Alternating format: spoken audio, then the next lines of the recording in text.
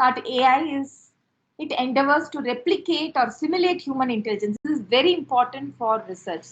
Wherever there is a possibility of simulating human intelligence through a machine, there is opportunity for research. That's why I've again put it here.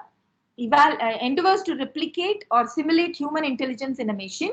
So machines can perform tasks that typically require human intelligence. So the whole research paradigm is confined into this statement, I would say. So imagination is the limit. Your imagination is the limit. You can just go and find applications where you can replace humans, and there you go for a research topic.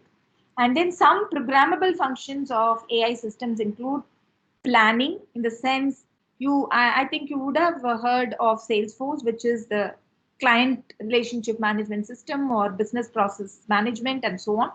Basically planning, learning, reasoning, problem solving, and decision making. Wherever there is a scope for these activities, these functions, your AI can be applied. We'll probably look at some of these things in slightly more detail. Artificial intelligence systems are powered by algorithms, of course, using techniques such as machine learning and deep learning. Therefore, the crust of AI is machine learning, deep learning, and rules are probably AI based. So if you look at AI without machine learning, without deep learning, AI is just an expert system, which is weak AI. It's called a weak AI. We'll probably look at the different types of AI.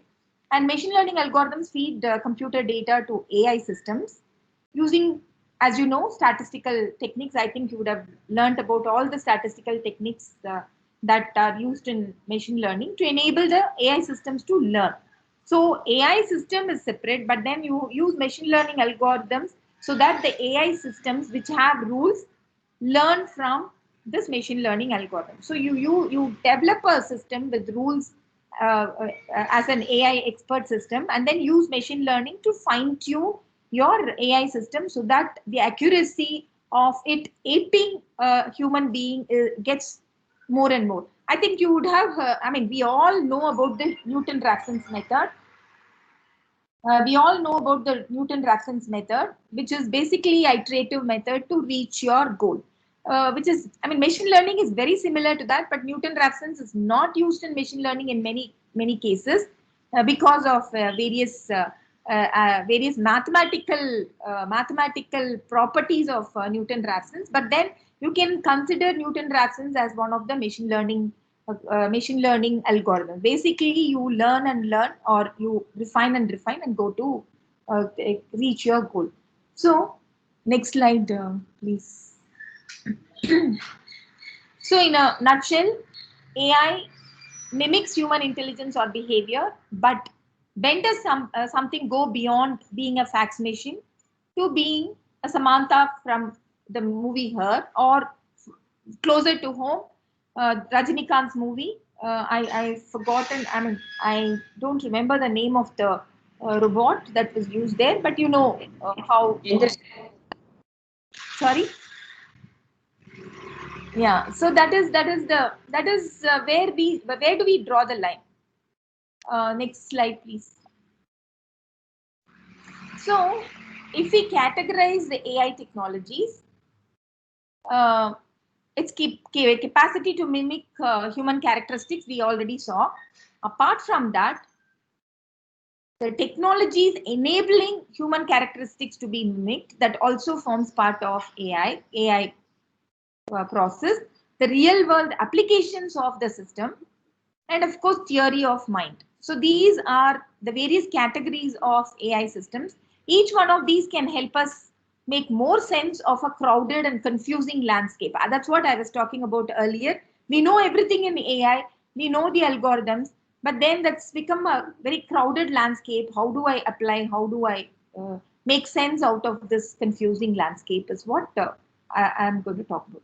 Developing efficient algorithms and methods for designing, analyzing, and controlling complex real-world systems. That is what AI is all about. Therefore, our crux is understanding the complex real-world systems, understanding the rules that make the complex real-world systems, and also the learning process which will reach us to that complex real world system. That is all that is to AI. So to achieve this goal, our research may span the entire spectrum from theoretical foundations to real world applications. It should not just be theoretical foundations, or it cannot just be real world applications. It spans across the entire spectrum of theory and the real world applications. So next slide, please. So I was talking about the various AI algorithms. One is the narrow intelligence, which has a narrow range of abilities. A lot of things that we have in AI can be classified into narrow intelligence, artificial narrow intelligence. The second one is the general intelligence, which is on par with human capabilities. And the third one is artificial to super intelligence. We have not yet even touched the third one. We are only scraping the surface of the second one. First one, probably we have definitely in the last 20 years, we have come a long way. So in this case, artificial intelligence, this narrow intelligence or weak AI, this is the only type of artificial intelligence we have successfully realized to date, as I was mentioning. So narrow AI is goal oriented. You know the goal, designed to perform singular tasks, just one task, singular task, tasks, and that, like for example, facial recognition can be one task, or speech recognition, or voice assistance, driving a car, or searching the internet. These are intelligent at completing the specific task that particular function, that particular API is programmed to do. So then, while these machines may seem intelligent, see, we know that if a machine is driving a car, we know that it is an intelligent machine, right? If it is doing facial recognition, definitely there is some AI into it. But then this is commonly referred to as only a weak AI. Narrow AI doesn't mimic or replicate human intelligence. It merely stimulates human behavior. So intelligence is one thing, behavior is another thing. Human behavior based on a narrow range of parameters or context. Like for example, sorry, yes, yes, can you hear me? Hello? Yes, yes. Yeah. Any questions here? I thought I heard something. Maybe by mistake they should have, ma'am. I'm muting all the participants currently, ma'am. Please. I think, ma'am, I need to unmute, ma'am. 1 second. Ma'am, what was your name? What name did you register, ma'am? In the name of Vidya? Huh? I've unmuted myself. Yes, ma'am. Yeah. You can unmute, no, ma'am. Please. Yeah, I can unmute. Then okay, ma'am. Then okay, ma'am. Yeah, Please yeah. proceed. I'll just present it, ma'am. Fine. Yeah, so far you were able to hear, right? Yes, ma'am. Yes. Okay, thank you. Whenever there is a pause, you can just let me know. Yes, ma'am. So yeah, so we definitely can assume that driving a car or say facial recognition, all these things are part of artificial intelligence. But then narrow AI, as I was saying, doesn't mimic or replicate human intelligence. It just simulates the human behavior, and especially using a very small range of parameters, very simple contexts and so on. Like for example, your facial recognition, though it is considered AI because a machine is able to recognize a face, but at the end of it, it just uses some moment-based features of the image to recognize the face. It's not it's not going deep into any of the intelligence-based algorithms. So consider speech and language recognition, for example, like Siri. Siri, I think all of us use Siri on iPhones, and Alexa and other voice recognition systems. They recognize. They don't just like the vision recognition of self-driving cars. Uh, they suggest. These are all weak AI taught to complete specific tasks. So narrow AI has experienced numerous breakthroughs in the last decade, and there are a lot of applications that can be looked at in this category, powered by achievements in machine learning and deep learning. Of course, machine learning and deep learning is definitely important to achieve these. And AI systems are used in medicine to diagnose cancer and other diseases with extreme accuracy through replication of human. Uh, yes, Radha. Hello. Hello, Radha.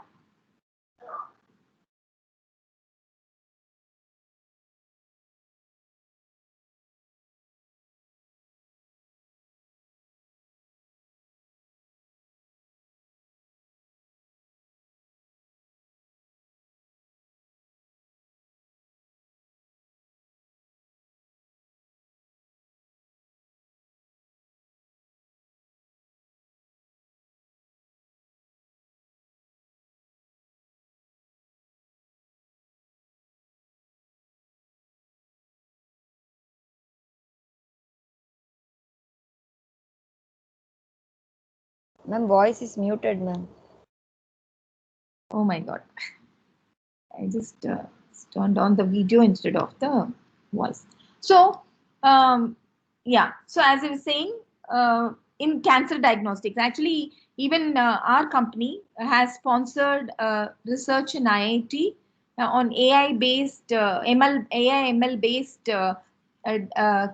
cancer, breast cancer diagnostics, and now as we speak, we have achieved it, and there are about 400 patients in Ambattur who have been screened, and the results have been compared with the regular mammogram results, and we have found them to be almost 95% similar to the mammograms, and probably our system could be more accurate than the other one also. So as I said, there are a lot of applications which are again only narrow AI based algorithms, and they can be reactive or have limited memory. Reactive AI is incredibly basic. It has no memory or data storage capabilities, emulating the human mind's ability, just a rule based system. But limited memory AI is more advanced, equipped with data storage and learning capabilities, and historical data are used to make informed decisions and so on. And then again, next, yeah. So the examples of narrow AI, as I was talking to earlier, Siri by Apple, Alexa, Cortana by Microsoft, and there are other virtual assistants as well. Yeah. You go after narrow AI.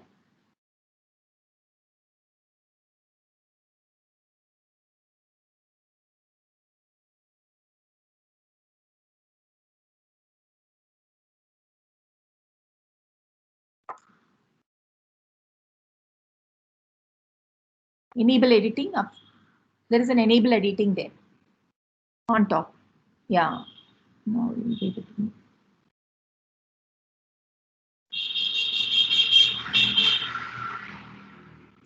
I think fifth slide. Now we go to sixth one. Sorry. Yeah, this is a slide. So examples are given here. IBM's Watson gives a lot of medical advice as well, and they're so confident because to give medical advice that there should be a lot of confidence in their system itself. And of course, image facial recognition, disease mapping, prediction tools, manufacturing and drone robots, email spam filters, social media monitoring tools for dangerous content. These are all some of the areas which have seen some good research, and but then these are also areas where there are a lot of possibilities for research as well. Entertainment or marketing content recommendations based on watch and listen, purchase behaviors, and so on, and self-driving cars. So the next slide, please. So the next one is this artificial general intelligence or strong AI or deep AI.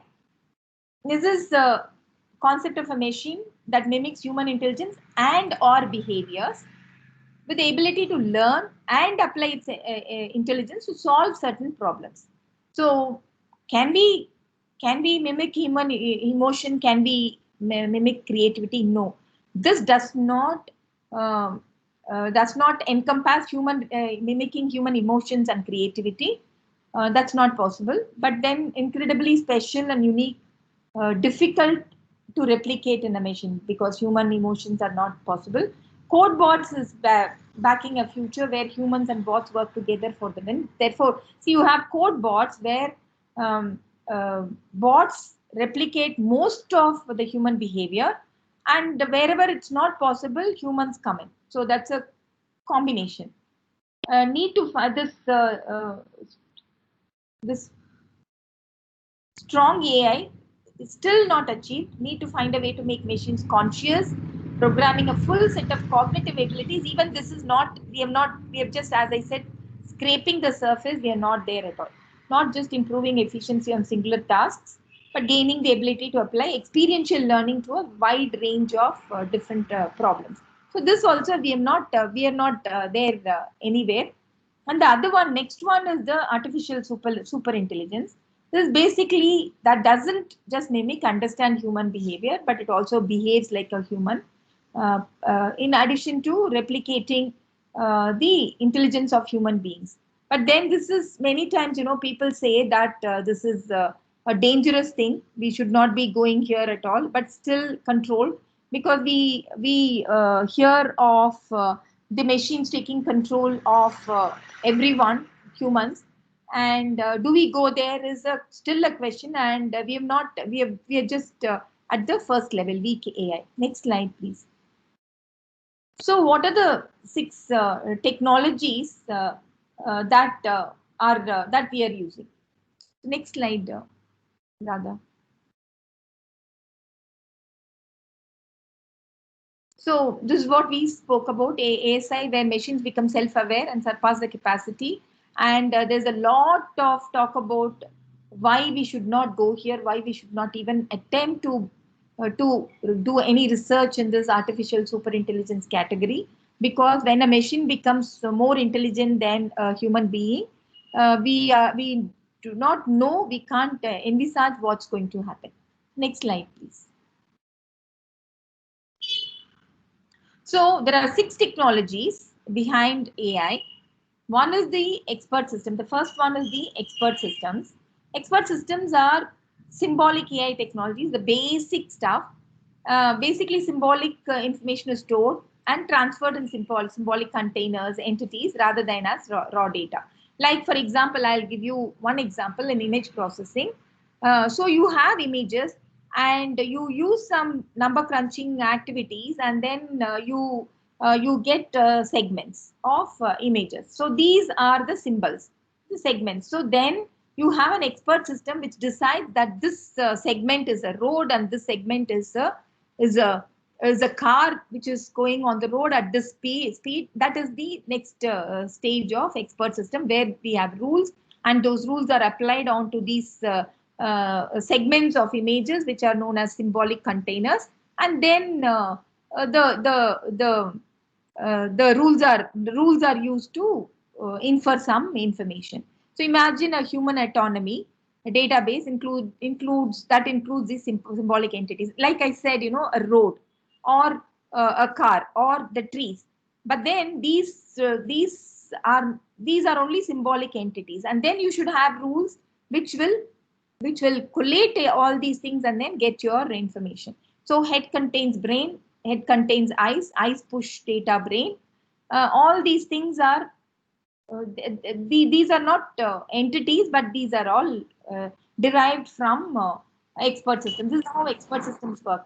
Through list of ifs and thens and associations written in human-like language, these achieve the expert system. Imagine if our database from above was an expert system, we could use during a human anatomy exam. We have forgotten to study. I mean, we could ask questions like, do heads contain eyes, and receive answers. However, if we asked question, how many eyes do head contain, our database does not have that information. Therefore, we will not be able to get that information. I hope you understand. So if you have rules, then you will get the responses. If you don't have rules, then you don't have the responses. Then you should have a rule saying that head contains eyes, and there are 2 eyes normally, and things like that. On a head and things like that. So you have to have specifically symbolic entities to get into this. Then type 2 is machine learning. This is where it's important. See, why are we talking about this? These are all the spaces where you find your research areas. When you know where you can apply your research, then that becomes a research area. So next slide, please. So machine learning is the ability of a machine, as you know, to improve its performance based on previous results. It's just does learning. It iterates into a proper, final decision. It's to learn. See, machine learning methods enable computers to learn without being explicitly uh, programmed. Being you don't enable computers to learn without being explicitly programmed, and have multiple applications. They basically in the many of them in the data mining algorithms, and machine learning covers a range of statistical techniques, as you know, as you would have already seen, and deep learning using artificial neural networks, linear regression, the various statistical algorithms. I will not go into detail because I am sure that you would have gone through all of that. So this represents the antithesis of expert systems and symbolic AI. Basically, antithesis because it machine learning is applied to expert systems to fine tune the space. Next one is a simple picture of how machine learning works. Is basically your how next slide please. How this machine learning works. Next slide please. The third one is natural language processing. This again is a very important area where a lot of research and lot of scope also exists. NLP is an area of AI interaction between computers and human languages. So natural language processing is one area. It separates into two categories: natural language understanding and natural language generation, and is closely related to automated speech recognition, which is another category of AI. So NLP is the cornerstone of chatbots, for which are the rage now, and virtual assistants such as Siri. So I'll give you an example of a chatbot. See, we are in a financial industry.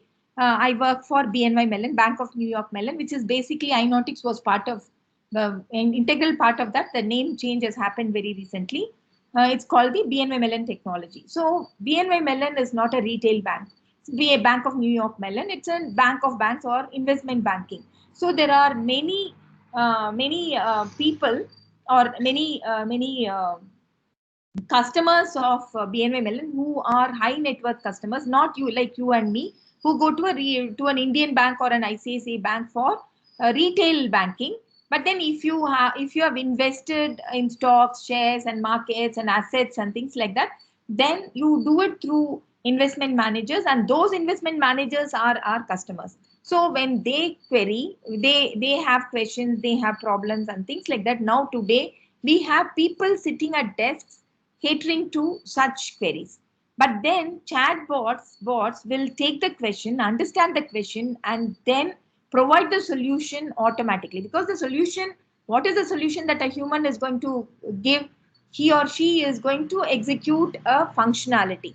So anyway, the machine is going to execute that functionality. Where is the human interface required to understand the query and then invoke the correct function? That is where the human intervention is required at this point in time.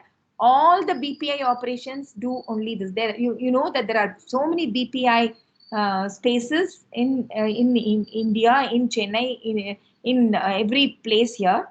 And what do these people in operations do? They just take the query, understand the query, and then invoke a specific function which is with respect to the query.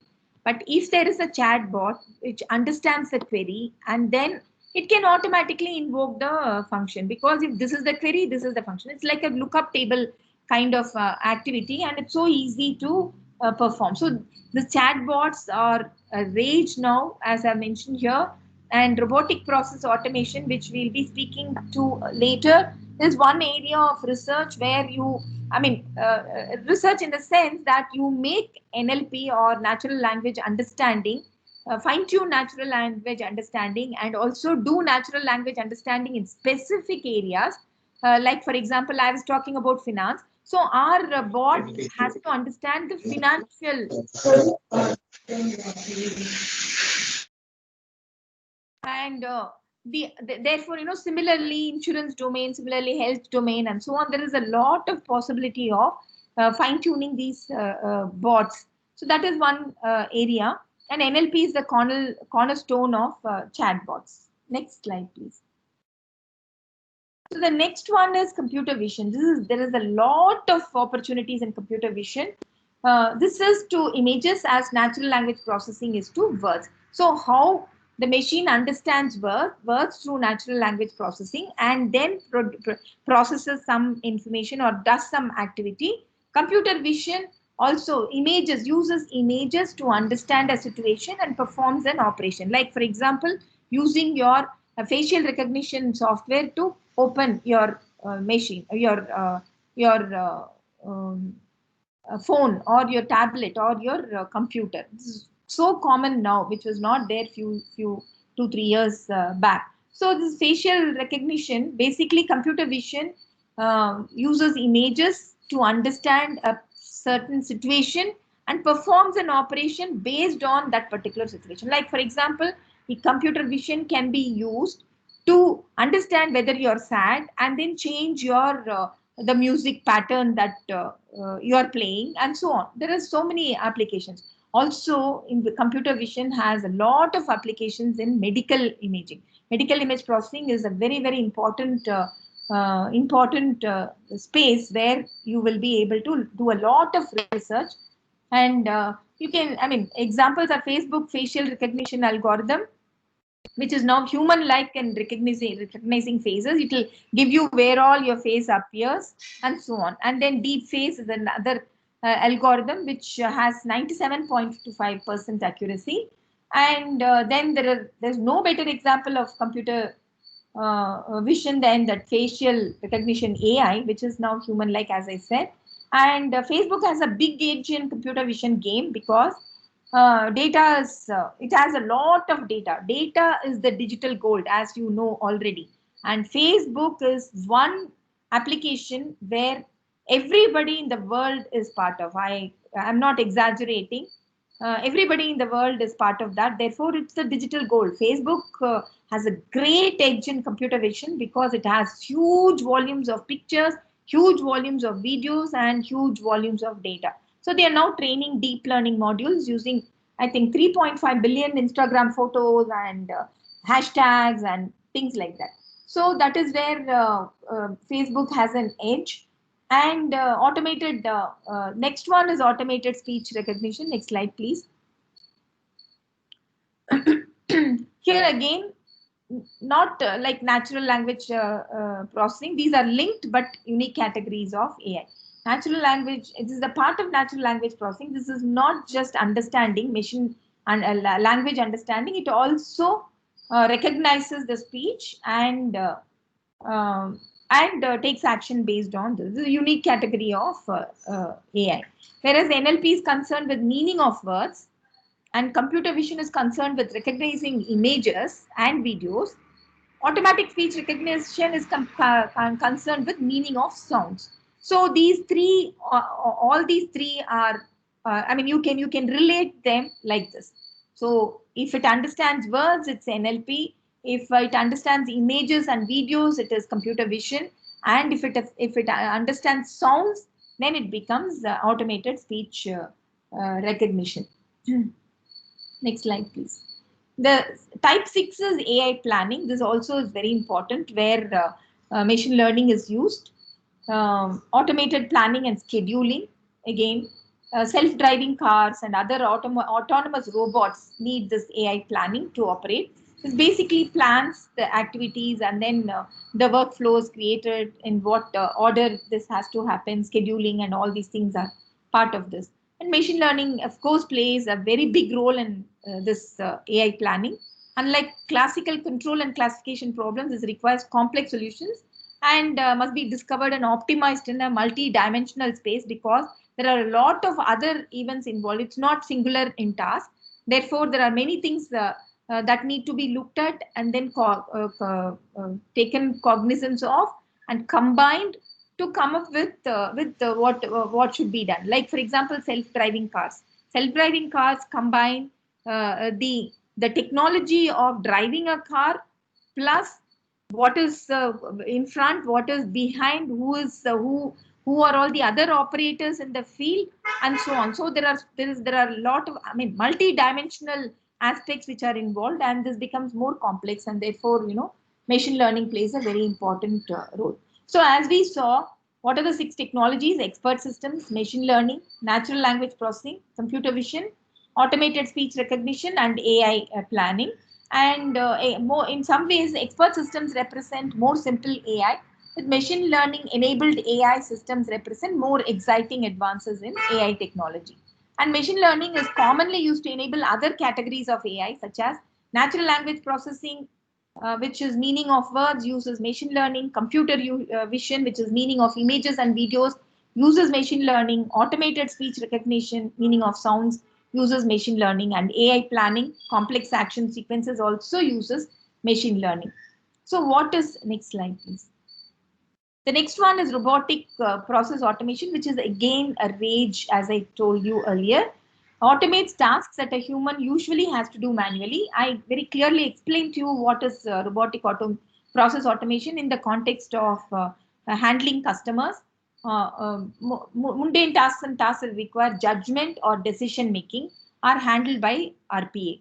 And one of the big attractions is the ability to automate existing applications without the need to change them. Like for example, we didn't have to change any of the applications that we are already using, because all the functions are all microservices, or they are available as APIs, and the bot recognizes the query and then invokes a particular API or a particular microservice. So the existing system need not be changed.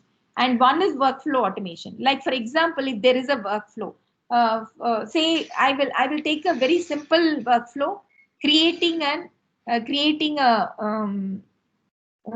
in a bank. If you want to create an account, okay, simplest of workflows, create an account. So there is a workflow. So the application needs to ask the person who wants to create an account, various details, and then verify those details, and then come back and say that you may create an account.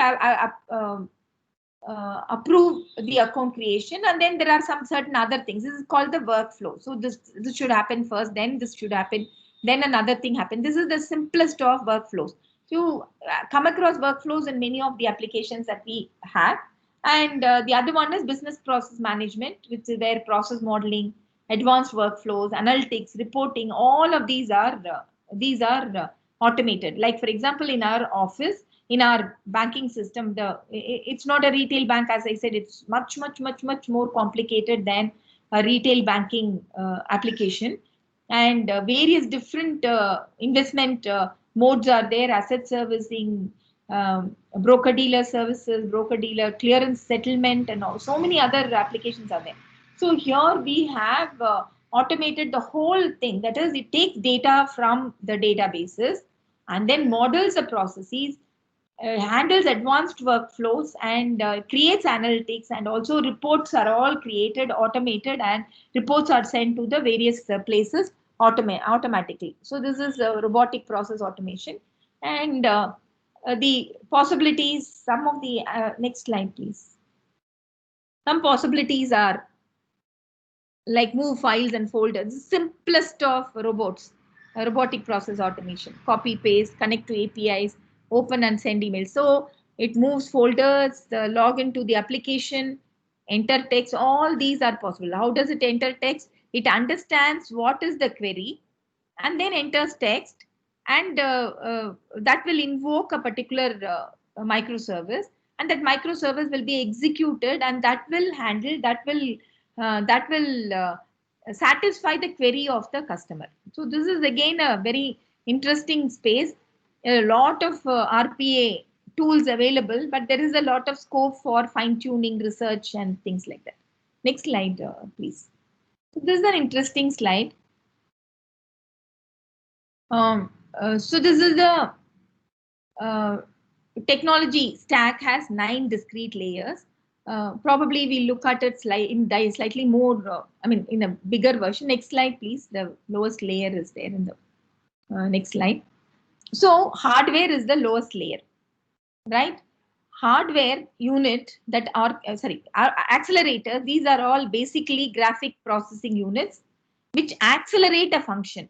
Silicon chip designed to perform highly parallel operations which are required by AI. So actually my research was in this area.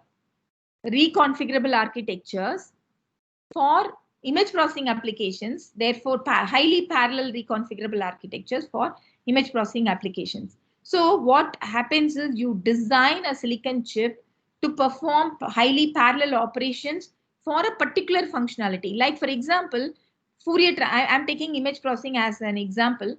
If you need to do Fourier transform to analyze the frequencies of the image, or a discrete cosine transform to reduce the data required to represent the image, or do a segmentation operation, or do an image analysis operation at the AI level.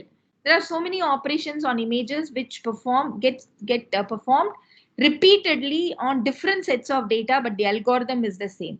So what you do is you design an object. I call it object, a hardware object, which will do that algorithm, execute that algorithm. But that object takes different data at different points in time and does the same thing repeatedly, but then does it in hardware. So as you know, specific hardware solutions are much faster than software solutions, because software solutions are generic. There is a program you have. I'm not talking about writing the program. Once the program is written, compiled, and you have the executable, right? What is the how do you execute the executable? The instruction is brought in from the memory, then it is deciphered, and then data is brought in from the memory and then executed. Therefore, there is a fetch, there is a data fetch, instruction fetch, data fetch, execution cycle, data write, and things like that. These are all involved in software execution, software applications, right? But when you are designing a hardware for doing a particular operation, like for example, a sorting operation, you write a program and I design a hardware for sorting. So the hardware for sorting is much faster than your execution of your sorting algorithm on any fast computer. So accelerators perform highly parallel specific operations which are required by AI. Like for example, graphic processing units, field programmable arrays, application specific integrated circuits. And what we did was designed hardware for sorting, designed hardware for searching, so that we designed a database architecture, or database reconfigurable architecture for which is specific to database, which will perform database algorithms in hardware itself. So why am I talking about hardware so much now? Surprisingly, after this AI took over the industry, hardware solutions have become really very frequent and very popular. So, and head node hardware units that orchestrates and coordinates computations among us accelerators. What do you mean by that? Accelerators are units which perform specific operations, and multiple accelerators are combined together, and data transfer happens, and how they are strung together to perform an AI operation. See, accelerators are specific units performing specific tasks.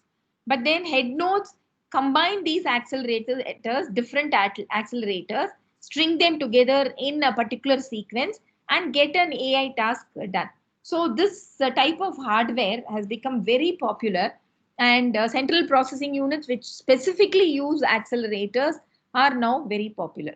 And then comes the interface, because there needs a very specific, very fast interface. This basically classes within framework that determine and facilitate communication between software and the underlying hardware.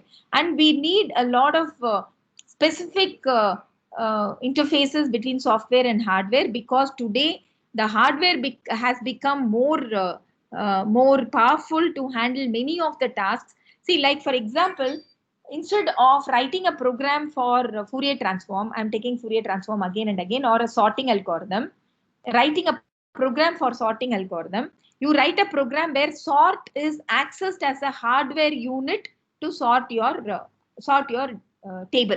So this is what is the new thing. So objects like software objects, you have hardware objects, and you invoke those hardware objects through these interfaces. So that then the next yeah. So now again you have the platform, which requires the algorithm, the architecture, and the framework. Structured basically software packages to define architectures and invoke algorithms. Set of rules that gradually modifies the weight of neural network to achieve optimal interference, and then structured approach to extract features from data given the specific problem. So these are all, this is the platform space. There is a lot of scope in platform space as well.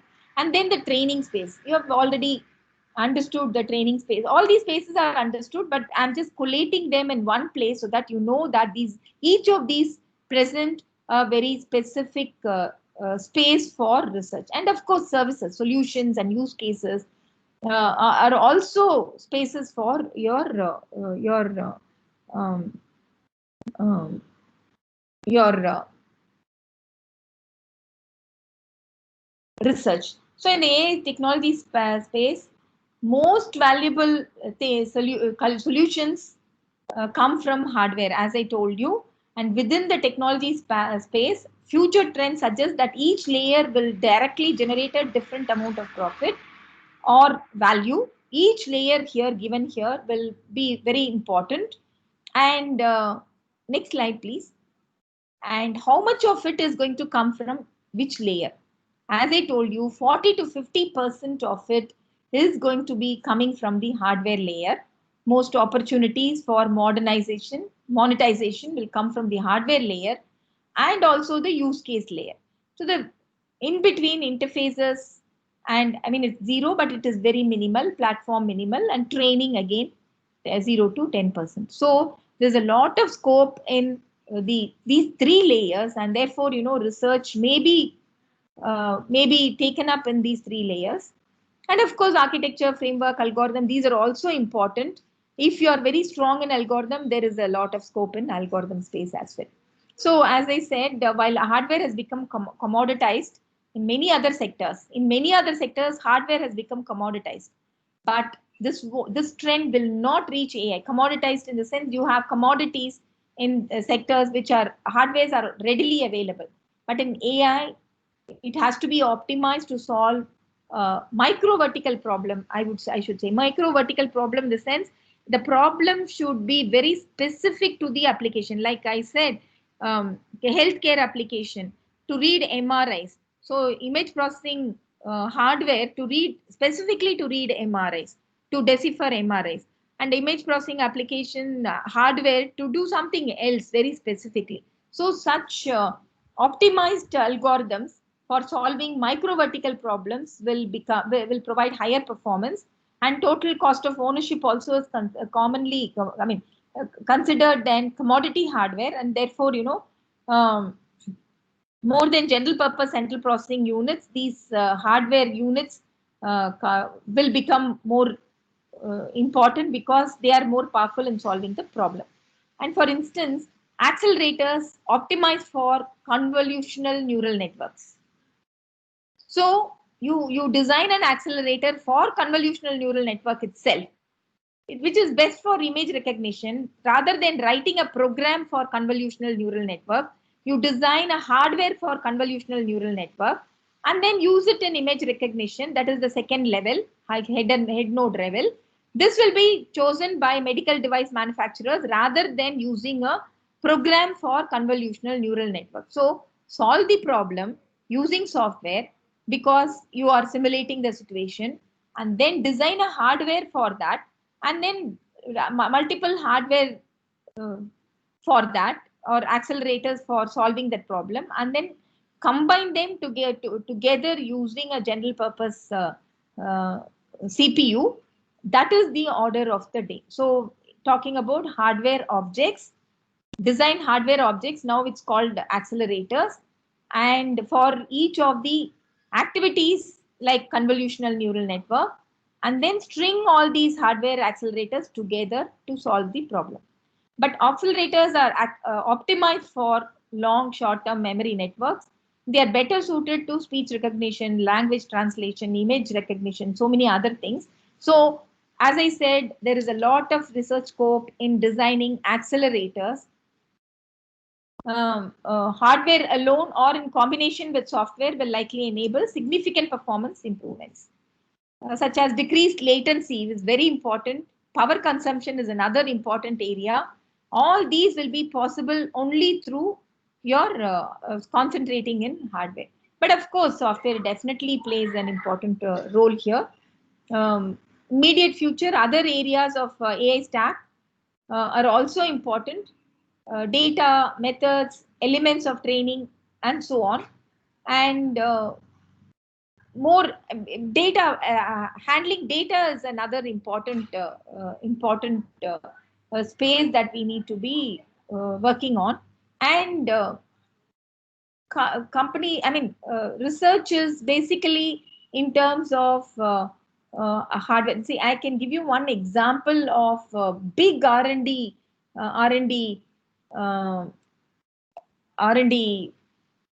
expenditure by NVIDIA, which is which is very aggressively working on cutting edge R&D technologies. And so soon, I think this NVIDIA is going to definitely launch a supercomputer which will tackle AI algorithms in a better manner. So there are so many other examples as well. I just took NVIDIA as an example, which is very poised, superbly poised to release its supercomputer, which will tackle AI in much better way than anything that is already available. There are other people also working in this area. And on the software side, there are research areas. Next slide, please. So image analysis, I've taken this space from Carnegie Mellon, what research they are doing in machine learning. So you can go to Carnegie Mellon's website. They give a lot of information about all these things. I've just taken it from there because I just didn't want to go everywhere. I know Carnegie Mellon is a university which is high on research. So if they are doing some research in certain areas, then I know that these areas are comprehensive, and therefore I just use that instead of going everywhere. The research areas in Carnegie Mellon are as follows: image analysis research, statistical machine learning algorithms to analyze MRI data, algorithms that can learn to identify and track the cognitive processes that give rise to observed MRI data. So you have the observed MRI data, and of course, there's a lot of image analysis research in medical image analysis research. Then you have the databases. Database, again, there's a lot of scope. I know Radha works on databases. There's a lot of scope on database basis in the context of AI, focusing on high performance database architectures, multimedia, data mining, and cross-disciplinary efforts possibility in databases. See, I always say that a heterogeneous approach or a cross-disciplinary approach will lead to a faster solution, faster research solution, and it is possible in databases. Where can we work on databases? Next slide, please. Fraud and spam detection. Graph analysis problems. Very interesting. That's why I put everything here instead of just giving the problem alone. Spam and fraud occur in wide variety of services, as you know, and take many different forms. Detecting such fraud is a graph analysis problem. Has already been proved as a graph analysis problem. Examples are on Facebook, purchased page likes. These are all. I think you would have heard about these spam that is being investigated at this point in time in India by the various TV channels, where they have purchased people to watch or just run TV channels. so that their channels will be, or their programs will be rated high. They will have a higher rating. So I think all of you must have heard of this spam, which is going on for the last 3-4 weeks, I think.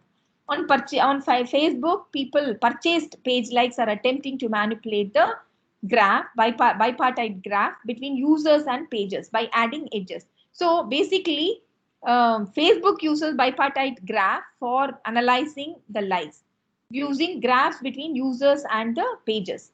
So more number of edges between users and pages, it means more likes. But then purchased page likes simulate this, manipulate this graph.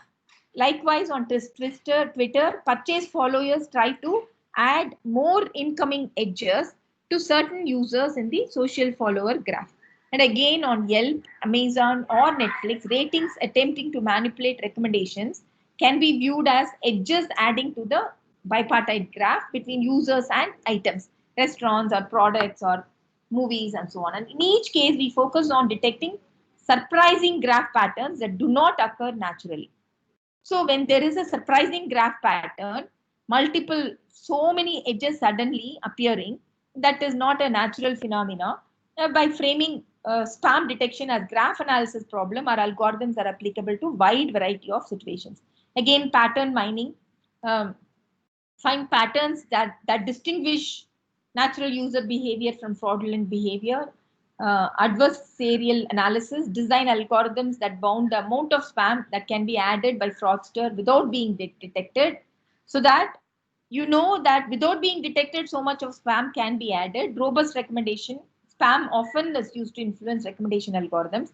Therefore, our recommendation algorithms should detect spam and then remove that as noise, and then detect or limit the impact of spam. An algorithm which will detect and or limit the impact of spam on the recommendations. And spam and for fraud detection again is an increasingly important field. The new issues arising each year while we hope to build long-term solutions. There's also a lot of scope in this space. In databases itself, there's a lot of scope. And next one. As I said, graph. These are all some of the research papers in Carnegie Mellon. Graph mining using K-core analysis, patterns, anomalies, and algorithms. Collaborative Bayesian filtering. Robust multivariate autoregression for anomaly detection and dynamic product ratings. Inferring strange behaviors from connectivity pattern. See, this fraud detection through strange behaviors is not a new thought process at all. We have been doing that probably 25 years earlier in AUKBC Center in MIT, Anna University. But then availability of huge volumes of data makes it possible to know which is correct data, which is spam data, and that is where the scope has become wide now. Next one. Also, in the context of database design and performance tuning, advisory tools to assist database administrators in various aspects of system tuning and physical design. As you know, previously the human intervention is required to make the final decisions about any changes. Now with AI and machine learning techniques, it is possible to intervene in this database design and performance tuning space as well. As they occur, reactionary measures that fix problems. And what is needed is self-driving database management system. It's a new architecture that is designed for autonomous operation. And NoisePage is a relational database management system designed for autonomous operations systems. Next slide, please. These are some of the research that's happening in Carnegie Mellon. As I said, I've just taken Carnegie Mellon as an example. You may actually, there are a lot of research things available in many of the even universities, and if you go to organizations also. Now, actually, earlier research happened in universities, and that was given to the corporates. But now each corporate has its own research space, and a lot of research happens in the the companies themselves. but they also sponsor research in academic institutions. Some examples include permutable compiled queries, external versus internal essay on machine learning agents for autonomous database management system, query-based workload forecasting, relaxed operation fusions, and so on. So there's a lot of, these are some of the work that's happening. The next is big data management. On the same lines, but the ability to collect, process, analyze large volume of data is important for being able to extrapolate. Extrapolation is another AI technique. Extrapolate new knowledge in business, scientific, and medical applications. So interpolation and extrapolation are again very, very useful. And with large volumes of data, becomes possible. If small volumes of data, this curve fitting and all of these things are not, accurate. But with huge volumes of data, this becomes very accurate. And tuning database to perform well, difficult task because they have hundreds of configuration knobs that control everything in the system. But now data structures and algorithms for making interesting statistical learning approaches tractable on large volumes of data are the way to go. And also the ability to collect, process, and analyze large volumes of data is important. It's a new knowledge, and also getting these. See, tuning a database to perform well is historically, as I said, a task.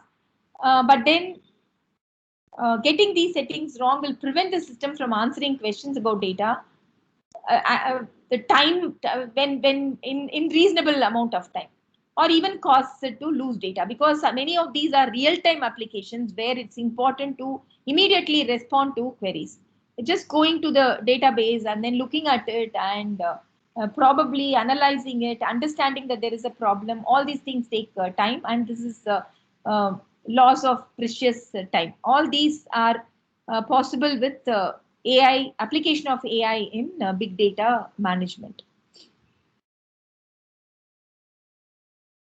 So exploring the foundations of machine learning to scale database management systems for large data sets is what we talked about. And there are various approaches in this context itself. And the approaches are given here. Basically, this differs from the earlier work, which was focused on optimizing a single database management system in isolation. Now AI will look at multiple database management systems and also understand the dependencies between these databases, dependencies between these knobs, and then a near optimal model can be arrived. And there's a lot of, again, research available in this space as well. The next one. These are two activities that are happening in Carnegie Mellon: automatic database management system tuning through large-scale machine learning, and dynamic workload control in the OLTP bench testbed. There are other applications as well. The next one, please. So this is sorry about the picture there. I don't realize that there is a picture. So this here, this is basically epidemiological forecasting, which is critically needed for decision making by public health officials, commercial and non-commercial institutions, and the general public. So based on statistical machine learning, again, I'm going to take an example.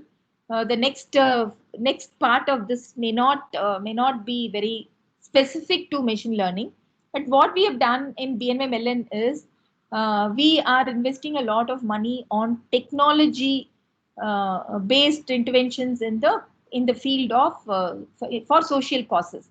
Information technology, application of computers to store, study, retrieve, transmit, and manipulate data or information, often in the context of business. Actually, first part all of us know, but it is often done in the context of business or an enterprise. But then, how do we take this technology to the non-profits or the charitable organizations? So non-profit organizations house volumes of data requiring IT solutions, just as any business enterprise does, and to manage information. But it does not happen at all. I'll give you a very, very serious, typical example shortly. No knowledge on what is possible, no knowledge on what is available, no expertise in understanding solutions, understanding infrastructural requirements, no resources, people, time, funding to make it happen. Like, for example, I'm going to take Cancer Institute, Adyar Cancer Institute as my example because we have had interventions there.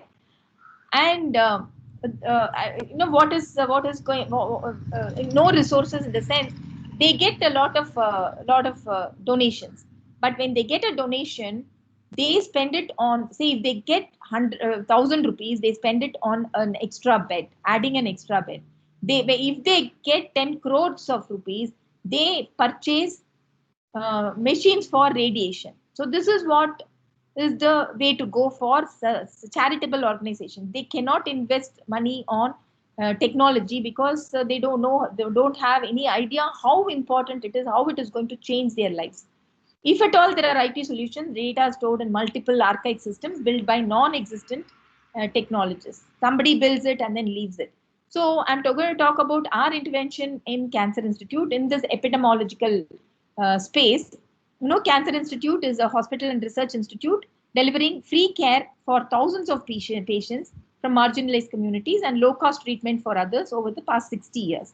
It was founded by Dr. Muthulakshmi Reddy, the first woman doctor of India, who was the first one from India to graduate in medicine. And it began its operations from 1954 onwards. And the purpose is to provide state-of-the-art cancer diagnostic treatment, irrespective of social or economic class, understand professional education for clinical and allied personnel through College of Oncological Science. They have a research institute there inside them, and to conduct innovative research encompassing all facets of oncology, allied disciplines, and to implement outreach programs on primary prevention of cancer through public education and secondary prevention of common cancers through screening and early detection. While they are doing greatly on various other things, if you look at the their space in the context of research, they are not anywhere. Okay, the institute is recognized by the Cancer Research Center. It caters to about 15,000, 16,000 new patients and 150,000 patients visiting it every year. And it provides services to 30% totally free, and rest of them are highly subsidized costs. It has a lot of very good subject matter experts. BNY Mellon has sponsored a project to Cancer Institute with an objective of enhancing data capture and processing capability of the institute, and volunteered for data entry and application development. So the next slide, please. So what did we do? We had established a state-of-the-art computing infrastructure, spent money to the tune of around 2 crores, with robust servers capable of processing huge volumes of data and storing them securely, 20 high-end workstations, 1 video conference facilitated meeting room, and things like this. This is the infrastructure. Robust 2 servers, redundancy built in, capable of processing huge volumes of data, and 20 stations where people can sit and work. And also anybody can work from anywhere because we have also developed a web application, a data capture web application with user-friendly front-end logic, database management system to capture patient information using various technologies. Web application has been developed and deployed at the Cancer Institute. Every patient, 250 fields are captured for every patient, leading to generation of huge volumes of data. And we have developed this and we have placed it in the system, and doctors have started using it, and we will see what it has brought in. And then components under development, a report builder suggesting possible reports, as well as allowing the doctors to build their own reports and summary. Huge volumes of data. This report builder will be a big data analytics solution. And data visualization that abstracts data, an ML system with domain understanding. Domain is cancer domain. data understanding, data preparation, modeling, and visualization. The approach is to move to a hybrid approach, which with components move to cloud, and with non-public private information managed in on-premises IT. Because we are doing a lot of analytics and all of that, it requires a lot of processing power. We will not be able to do it with the servers that we have. So, but it also is a very, very confidential data, and therefore, we are working on moving a heterogeneous solution. The private information like the name of the patient and other phone number and other information, address of the patient, all of that will be maintained in the local servers, and the other information like the patient's case history and various other things will be moved to cloud, which will be useful for analytics. If a patient wants to access this data, or a doctor wants to access the data, there will be a system in place in the local prime solution. But for analytics and other types of AI-based, ML-based algorithms and ML-based work, then we will go to the cloud where the processing power is unlimited. And we have worked with Google, and we have requested them to provide Google Cloud free of cost, because it's going to be for Cancer Institute. This will go a long way in helping doctors and researchers to understand the biological demographic implications. This is where huge volumes of data is available in Cancer Institute. But then what an Apollo hospital has, Cancer Institute does not have. That is the computing infrastructure. That's what we have provided. And Dr. Swaminathan, with whom we work very closely, this project generates data on cancer outcomes, resulting in improved management of patients. And faculty members, medical professionals, scientific research scholars will utilize this facility for fostering clinical research. Was his own saying. And for people, creating awareness can be done through this. For the government, correlation between lifestyle and cancer types across regions, doctors, management dashboards, effectiveness of the treatment, patient satisfaction, so many other things are possible through this initiative. Next slide, please. So this is one simple thing. Say, take for example, I said that we have 250 fields captured for each patient, right?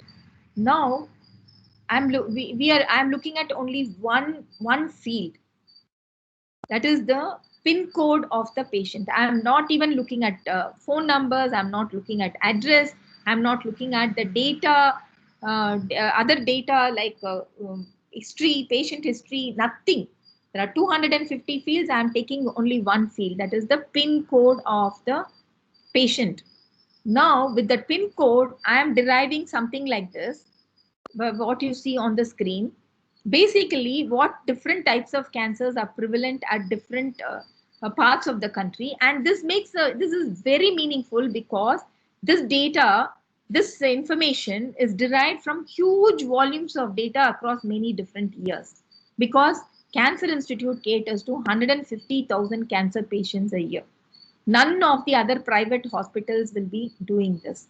Therefore, huge volumes of data is available with Cancer Institute, and therefore, they are able to provide something like this. The government can use this to understand different types of cancers at different points, different places in India itself, and then understand the causes. Researchers can try to understand the causes for cancer, different cancers at those places, probably the water, probably the air, probably what is causing huge cancer incidences in these places, and then take measures, preventive measures, healthcare measures. The government can take measures for removing those causes from these places, and so on. So I'm just taking one field out of the 250, and imagine if we can use those 250 fields and then come up with information. Pharmaceutical companies are vying, they will pay anything for getting these kind of information. What kind of medicine worked in which kind of people. It's not just that this medicine worked on this person, that medicine worked on that person. I mean, it is based on what works on which kind of people, including, see, there was a rumor that O positive people will not get COVID. That's a rumor, but then there is there may be some reason, because there may be a database of all COVID patients, and then blood groups of all COVID patients, and then correlating between them, we may come to a conclusion that some blood groups are good for, good for avoiding COVID and so on. So this is the kind of research activity that we are doing, and a lot of possibilities here. And again, with Cancer Institute, they will not part with their data very easily. But then we have a disclaimer, we have a memorandum of understanding, and then we are working with this organization. So this kind of MOUs with the organizations which support, which are domain specific, which are probably charitable organizations which hold huge volumes of data, may be a good place to start as well. Next slide. Sorry, go to the next one. I think is the copy paste problem. I think we have come to the end of the